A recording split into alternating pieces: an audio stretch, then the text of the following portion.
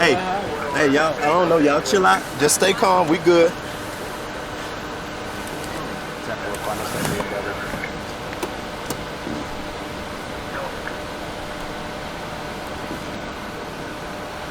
Pause, please. So the first thing that I want you to see that I did is I let down all 4 of my windows. Can someone tell me why I did that? So they can see inside the vehicle. That's a great answer, Mr. Councilman. You want $2? You can get some from the store. Whoa!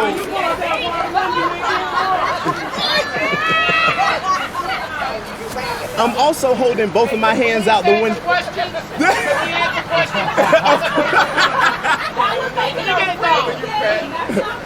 I'm also holding both of my hands out of the window with something in my hands. Anybody understand why I did that? Gio, why?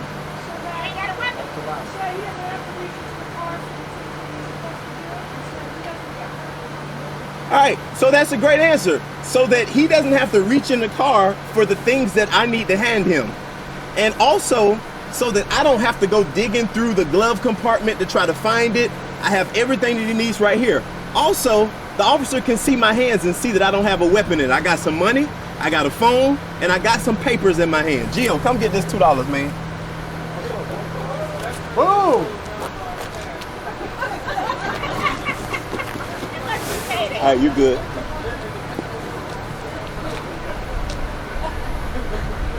How you doing, sir? I'm Officer Martin with the Cocoa Police Department. The reason I stopped you is ran a red light at Pineda and Dixon there. Do you have your license, registration, proof of insurance, please? Yes, sir. I have them right here. My license, registration, proof of insurance is on my phone. All right, thank you. Hang tight here. I'll be right back momentarily, okay? Thank you, sir. Now, one thing that you should notice is that, and you probably can't see it up close, but I keep a driver's license as well as my registration paper clipped together in a place that is easily accessible in my car. The reason why I do that is because, again, I don't want to have to spend time digging through to try to find that stuff while an officer is here beside my car. I want them to see where my hands are at all times when I'm in this interaction for his safety and for my own. So he doesn't have to worry about what my hands are doing or where they're going or what I might be reaching for or anything like that. All of those concerns are off the table because I have it in an easy place to reach, paper clipped together. Yes, Gio? Can a police officer ask for the identification of the other people in the car? So under Florida law, now a police officer can ask for identification for other people in the car for officer safety, but generally speaking, the other people in the car who are not a part of this interaction, generally speaking, in some circumstances shouldn't have to identify themselves. Why did they change? There were some changes. There were some changes in case law in the state of Florida for officer safety being okay to identify the other people in the car. Once upon a time, it used to be okay for the passenger. If the driver's getting pulled over for something, the passenger can get out of the car, walk away, and have nothing to do with the interaction. Today, generally speaking, passengers should identify themselves if prompted to for officer safety, because the officer doesn't know in this interaction who my passengers are or what they could be up to or whether they are a threat to the officers or not. And so it's usually best if you're asked to identify yourself to do that. However, I don't recommend you give any information other than that. Some officers are going to ask you certain questions, and I don't want you to necessarily think of officers in a bad way, but I want you to consider what an officer's job is to do. An officer's job is to investigate and to make sure that they are keeping the community safe. And for example, if certain questions are asked, they could potentially get you into more trouble. For example, where are you coming from? That's not really a question that's necessary for you to answer. But I've had clients that say where they're coming from, and then it gets them into some other trouble. For example, where you coming from? I'm coming from the inner room, and I just had a couple drinks and a dance, and I'm feeling real good tonight. Sir, get out of the car and put your hands behind your back. So what should they reply be? Excuse me? What should they reply be if they ask you where you coming from? That is a great question. What should your reply be if they're asking where you're coming from? So me, I'm coming from the house. I'm coming from work.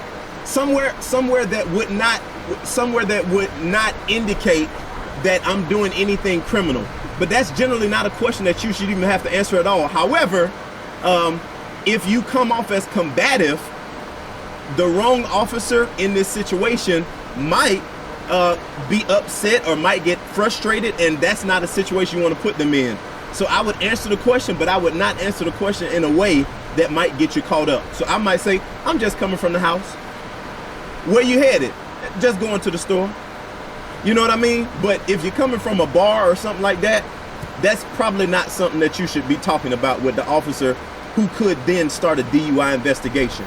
I'm just saying, it's up to you. But that's not something I would recommend as an attorney and officer of the court.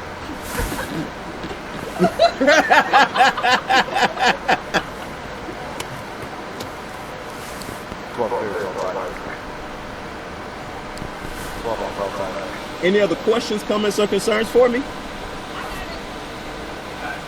Yes, baby, and I got you next. Copy of 2729. Bella, you got a question? Echo 35501889250. Stick your head out the window. Like this. Why do I have to stick my head out of the window? So I don't have to stick my head out of the window necessarily, but I turned and had my hands out the window so I can make eye contact with the officers so they can see my face and see that I'm not making any aggressive facial expressions or anything like that. Listen, it's not necessary, but it's something that I do extra for my safety. And I'm sorry, I got one more question. I'm sorry, officer. Gloria? I'm sorry. So my question is, in the beginning, you were saying that you always keep your registration and your driver's license clipped to your, clipped together. Yes. So is it your recommendation that as a practice, like when you get in, you prep for everything, or is that you normally carry it in your pocket, but when you get in the car, you put it in? Like, how is that process working? Because I carry mine in my purse, and sometimes it's in the wallet, sometimes it's in the purse. So I have a copy. I have an extra one that I keep in my car that's paper clipped to my registration, so that I have one in my wallet, but I have an extra one in my car so that I can have it readily accessible to hand an officer if they need it. And so I do that for my safety because it costs $30. Here you go, Gloria. It costs $30 to get your extra driver's license. But that $30, $40, $50, $60 investment, whatever it is, could help to keep you safe in the interaction. So having that available is something that can be helpful to you. And for me, it's worth it to have an extra copy in my car. And it is a legal copy. It's not expired. All right. You don't want to have an expired copy that you've given to the officer. Obviously, that's not a good idea. Go. All right, sir, I'm going to let you off with a verbal warning tonight. Please try to make sure that you come to a full, complete stop and drive safe. Do you have any questions for me? No, sir, I don't have any questions. Thank you so much. All right, drive safe. All right, you have a good night. Hey, Alton, I have a question for you. Yes, sir. So, I get it. If it's one thing you have kids in the car with you, but if you have adults, male, female, doesn't matter, should they put their hands, is this like best practices what officers appreciate? When you roll your windows down, you have passengers, should the passengers also put their hands out too? I would most likely recommend that. I like to do it myself. And a lot of times, if you're in the car and you're the driver and you're doing this, a lot of times the passengers are going to take cues. But I think it's a good practice because the officers know that the people in the car, their hands are empty and free of any weapons or anything that could hurt, harm, pierce, or fire a projectile at them. And so I think it's a good practice. Is it necessary? Do the officers require it? Not necessarily, unless the interaction becomes adversarial. But I think it's a good practice because the officer now knows that I don't have anything threatening in my hands. So unless I have something attached to my foot that can hurt them, the officer is most likely going to feel that they could at least let their guard down a slight little bit because I'm all the passengers. Right, because we're all making it clear that we're not a threat. Yes, sir. Clarification. Yes, sir. Because I have questions. Yes, sir. Back here. So, you carry an extra driver's license, or you carry a copy of your driver's license? I carry a. So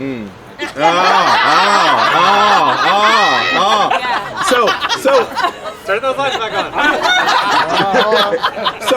So I'm going to tell you this. Under Florida law, technically you're not supposed to have more than one driver's license. All right? But if I don't pull out my wallet, that officer doesn't know that I have two. All right. But for personal safety, I think it's a good practice, and you can get a copy of it instead.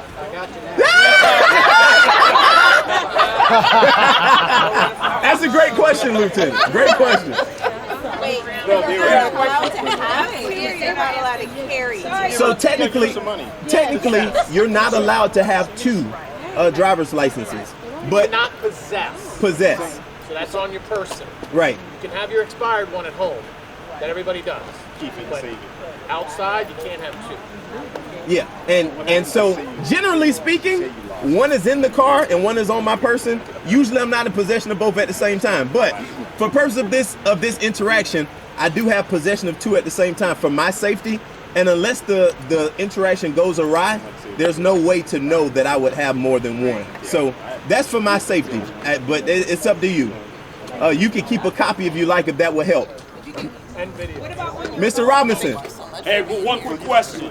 What if my passenger decides that they want to record or film the interaction? What's the standard policy or procedure with that now? So generally speaking, under Florida law, you are protected by the First Amendment right if you want to record in a public place where there is no reasonable expectation of privacy. In under Florida law, though, if you are in private places or places where people have an expectation of privacy, it's actually against the federal laws to record people without their permission or without their knowledge. But here, we're talking about a public interaction on a roadway, and as long as that recording is not interfering with the officer's investigation, it is perfectly legal for you to record. However, if for whatever reason the officer asks you to stop and to put your phone down or something like that, you definitely want to follow their orders and do so in order to not escalate the situation. But legally, it's lawful for you to do so. Thank you. Yes, sir. What happened? Mr. Roberts, you got plenty of money, but you're welcome to this $2 if you want $2 Absolutely. We'll now. take Come it. on, now get your Gatorade or something. I ain't turned down nothing about my car. Thank you, sir. You're welcome, sir. Did I see another question? Yes, Gio. So, what happens when the police officer is giving you stuff to do, or you're putting out your hands and stuff, but your passenger is not following what's supposed to happen? What happens? Does that affect you? What happens then? That is a great question. The question is, what happens when you as a driver are following the officer's instructions, but your passengers are not?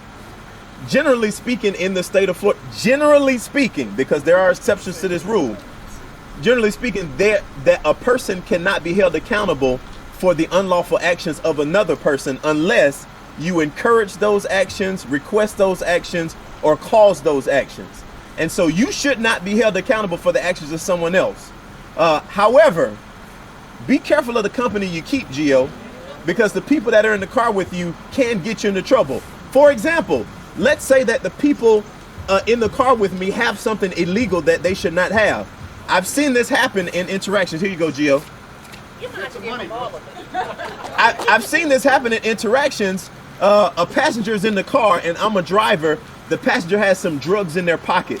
They take it out and they toss it into some area of the car when they see the police behind us. What happens then? According to Florida law, there's something called constructive possession. Constructive possession means that something is within your scope of reach, which means that if those drugs were tossed into the center compartment in between me and the passenger, it is within equal control or reach of both me and the passenger, so I can be arrested along with the passenger for the possession of that drug or illicit item that is in between us. And so you don't want to have people in your car that you don't trust to behave correctly, because that person could get you in trouble with their actions if they drop or throw something that is illegal. If I'm saying something that doesn't drive with the law, officers, you're welcome to correct me. But 100% correct. Thank you, sir. Thank you, sir. You should be an attorney. Hey, give him $2. Give him $2. You don't want any video of me handing me money. You should be giving him $2.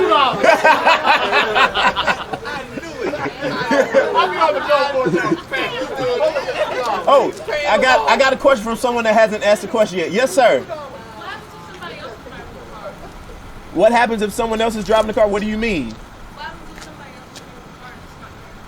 If someone else is driving my car and it doesn't belong to them, so here you go. Thank you, sir.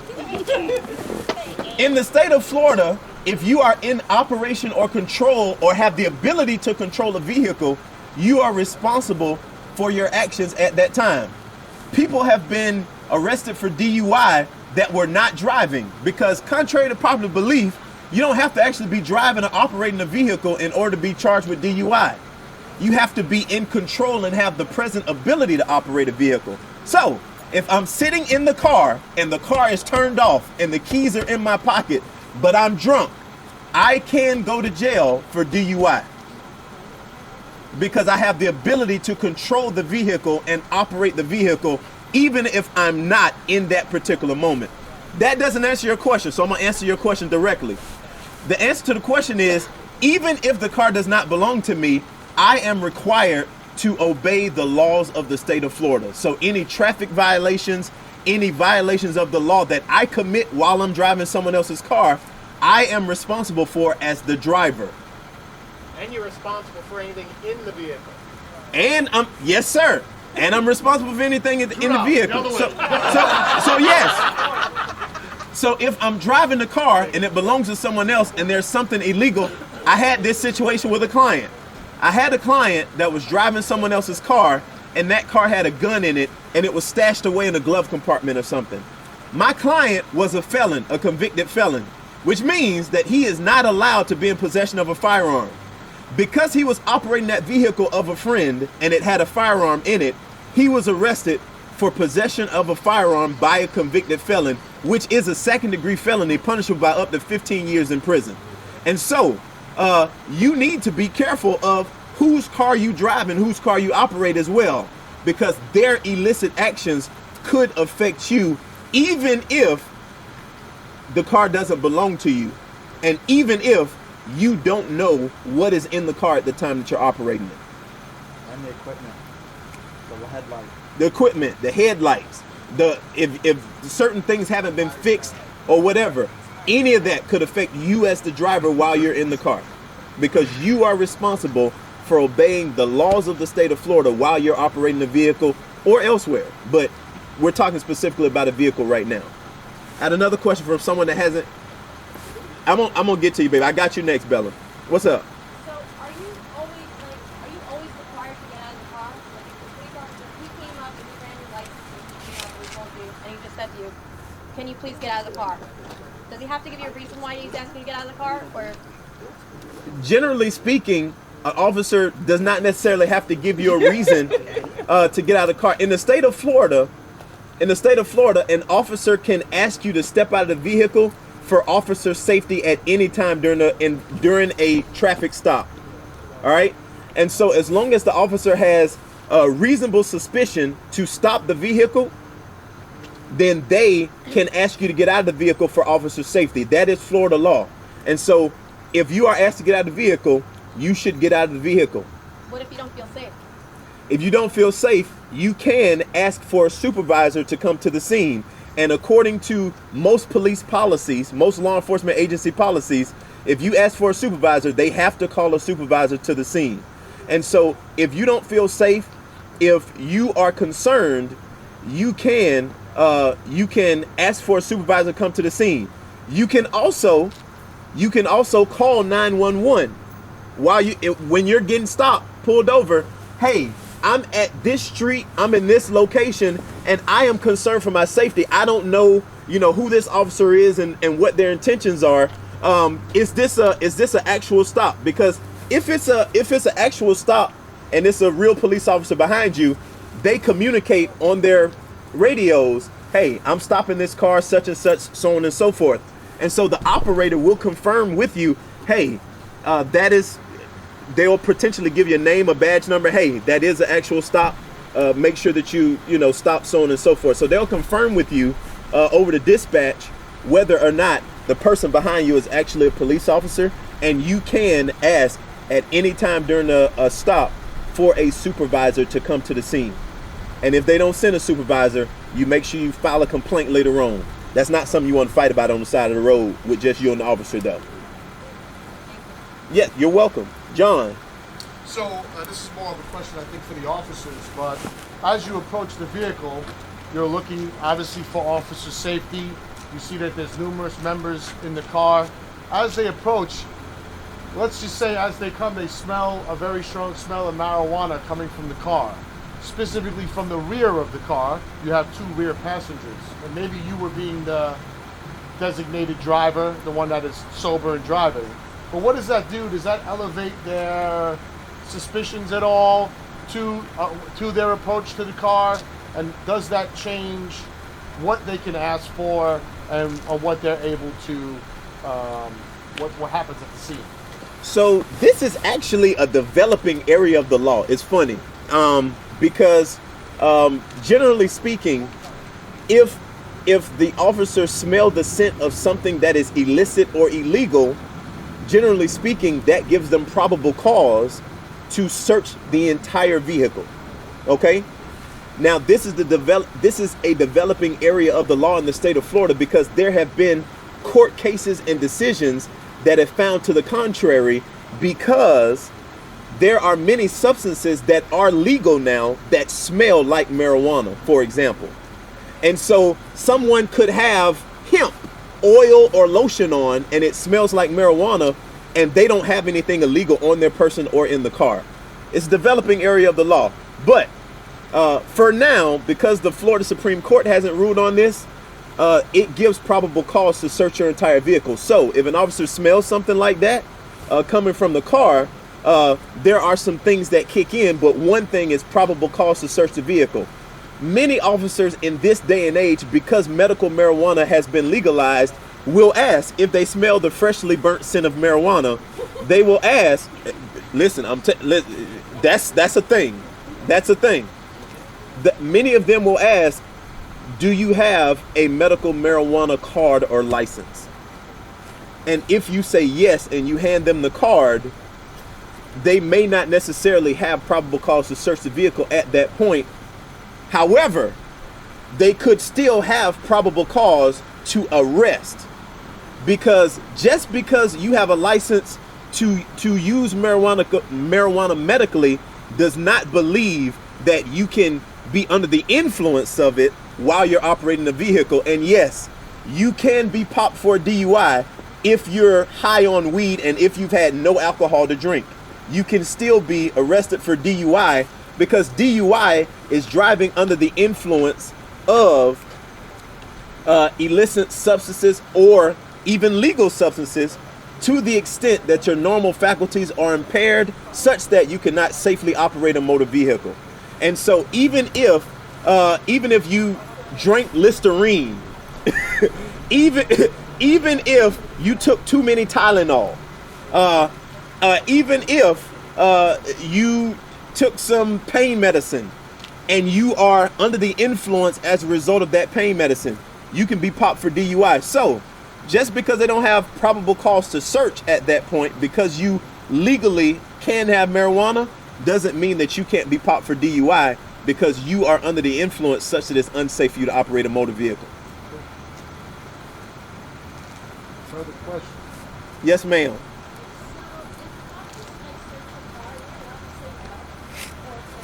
If what?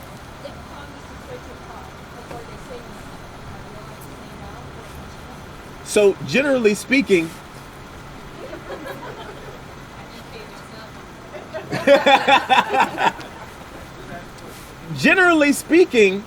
if an officer does not have probable cause to search your vehicle, usually they will ask you, is it okay if I search your vehicle?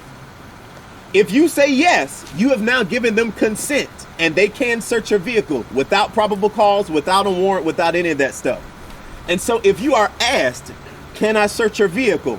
And you don't want them to search your vehicle, then you can say, no, sir, no, thank you. No, ma'am, no, thank you. And at that point, there are some other things that kind of trigger and kick in, depending on the circumstances. Oh, I can't search a vehicle? Well, I have a canine unit in the back. I'm gonna do a little walk around. That's legal. for them to do a walk around the vehicle with a canine unit to see if you have something illicit in the car. However, it's a developing area as well. The U.S. Supreme Court found in 2014 that law enforcement cannot extend the time of the traffic stop in order to call a canine unit to the scene. This rule is not followed very much, and a lot of judges don't enforce it. So you need to obey the traffic laws and you need to follow instructions of the officers. But if you are asked for permission to search your vehicle and you do not want it searched, you can say no. You can decline or refuse. All right? And if they do not have probable cause and they search your vehicle after you have declined or refused, anything that they find that is illegal in the vehicle is inadmissible in court.